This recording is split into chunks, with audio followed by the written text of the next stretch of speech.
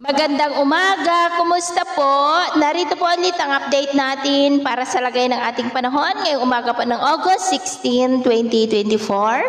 na kung saan sa ngayon po ay may dalawang invest na nabuo dito sa loob ng ating area of responsibility sa northern part po ng ating bansa at tinawag po mga ito na Invest 97 at 98W. Hindi naman po bantang may ito dito sa ating bansa kahit nalalakas pa ang mga yan, ngunit kung maging bagyo habang nandito sa loob ng ating area of responsibility, ay tatawagin po yan sa local name na Bagyong Dindo na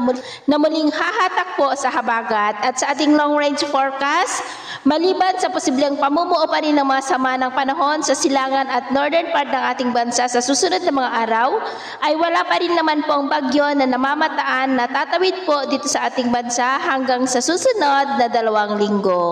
At sa lagay po ng ating panahon ngayon, habagat pa rin ang weather system na umiiral po dito sa ating bansa na nagdudulot pa rin ng mga isolated rains sa ilang bahagi ng Sulu Archipelago, Zamboanga Peninsula, southern part ng Mindanao, Dumaguete, Antique, Aklan, Capiz, Bacolod,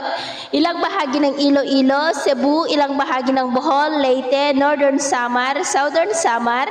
Masbate, ilang bahagi ng Palawan, Marinduque, Legazpi, ilang bahagi po ng Tugigaraw, Cagayan at dyan po sa may Santa Ana, Cagayan. At mamaya ay sisikat ang araw sa malaking bahagi ng ating bansa, mainit at maalinsangan, pero may tsansa pa rin po ng maulap na kalangitan with isolated rains sa may Polillo Island, Romblon, Tanawan, Mercedes sa may Camarines Norte, Pandan sa may Aklan, ilang bahagi ng Iloilo, Bacolod,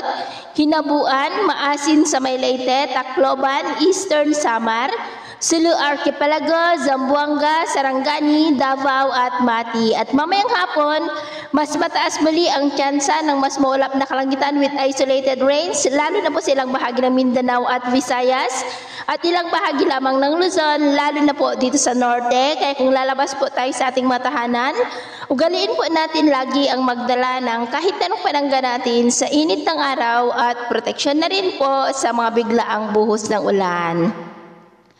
At sa atin naman pong mga baybayin, wala naman po tayong nakataas na namang gale warning signals, pero iba yung pag-iingat lamang po kung papalaot tayo para mas makaiwas sa mga sakunang pangkaragatan. So, yun po ng latest update natin sa araw na ito. At ako po muli si James na nagsasabing, sa kahit anong pagsubok po na darating sa ating buhay, huwag po tayong mawawalan ng pag-asa. Thank you and God bless.